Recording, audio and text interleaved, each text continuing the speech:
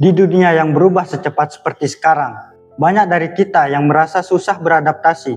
Bukan karena kita malas, tapi justru sebaliknya. Yang membuat kita merasa tertinggal itu bukan karena kita nggak mau belajar skill baru, tapi karena kita belum bisa move on dari cara-cara lama. Di video kali ini, kita bakal bahas kenapa growth mindset yang selama ini kita agung-agungkan ternyata belum cukup. Growth mindset memang membuat kita termotivasi dan nggak takut gagal. Tapi di kondisi yang berubah secepat ini, itu tidaklah cukup.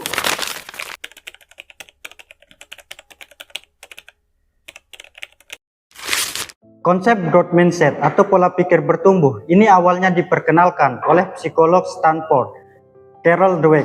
Risetnya meneliti bagaimana anak-anak merespons kegagalan saat mengerjakan soal sulit. Intinya, anak yang percaya kemampuannya bisa diasah bakal lebih tahan banting dibanding anak yang merasa bakat itu cuma bawaan dari lahir. Konsep ini keren karena mengubah pola pikir pendidikan. Tapi coba perhatikan konteksnya. Ini adalah riset tentang anak-anak yang belajar hal baru dari nol. Mereka belum punya beban masa lalu. Mereka belum punya metode lama yang terbukti sukses. Kondisinya beda jauh dengan kita yang mungkin sudah bertahun-tahun kerja pakai satu metode. Dan metode itulah yang membawa kita ke posisi sekarang. Inilah kenapa growth mindset terasa kurang lengkap. Konsep ini terlalu fokus pada kalimat, kita bisa pelajari hal baru. Padahal, tantangan terbesarnya adalah, beranikah kita melepas cara lama yang sudah tidak relevan? Bayangkan ada dua orang. Orang pertama yakin dia bisa belajar skill baru, tapi praktiknya dia tetap pakai cara lama. Orang kedua mungkin gak terlalu percaya diri, tapi dia cepat beradaptasi dan langsung membuang metode lamanya begitu sudah tidak relevan. Kira-kira siapa yang bakal bertahan? Pasti orang kedua. Belajar banyak hal itu penting, tapi kalau kita nggak melepas cara lama, kita bakal tetap jalan di tempat.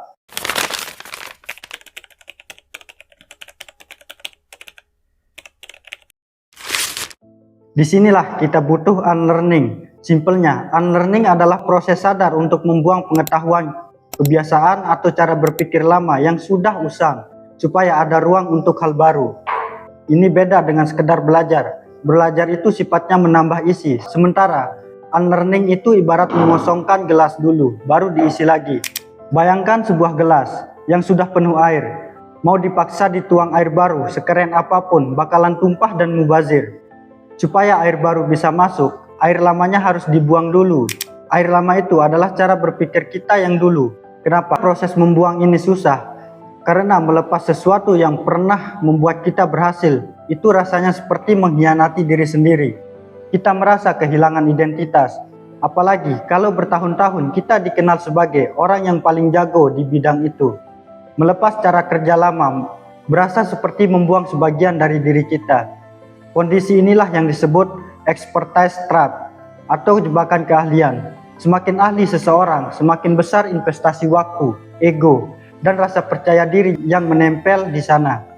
Ironisnya, orang yang paling ahli justru sering menjadi yang paling lambat beradaptasi. Kenapa? Karena beban yang harus mereka lepaskan jauh lebih berat dibanding orang yang baru mulai dan belum tahu apa-apa. Contoh nyatanya ada di industri fotografi. Waktu era digital masuk, fotografer analog senior yang sudah berpuluh-puluh tahun menguasai teknik kamar gelap butuh waktu jauh lebih lama untuk pindah ke kamera digital. Jauh lebih lama dibanding anak muda yang baru belajar foto langsung pakai kamera digital. Ini bukan soal siapa yang lebih pintar, tapi soal siapa yang sebenarnya lebih dekat saat perubahan itu datang.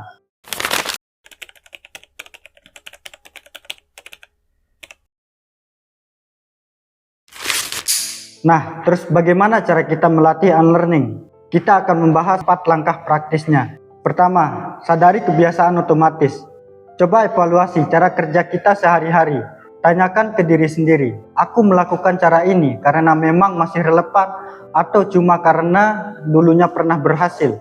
Kedua, nikmati fase canggung. Saat ganti metode lama ke metode baru, performa kita pasti bakalan turun. Kita bakal merasa lebih lambat, kaku dan sering salah. Tenang, karena ini normal. Fase canggung adalah tanda kalau otak kita lagi memproses perubahan, bukan tanda kita gagal. Ketiga, pisahkan identitas dari metode kerja. Jangan labeli diri kamu sebagai ahli software A atau pakar metode B. Begitu software atau metode itu punah, kamu bakal merasa terancam. Ubah identitasmu menjadi seseorang problem solver yang fleksibel. Dengan begitu, metode kerja cuma alat yang bisa diganti kapan saja. Keempat, cari mentor atau komunitas. Sering-seringlah ngobrol dengan orang yang sudah sukses melewati fase transisi ini. Jangan cuma contek skill barunya, tapi pelajari bagaimana cara mereka berdamai saat harus merelakan skill lamanya.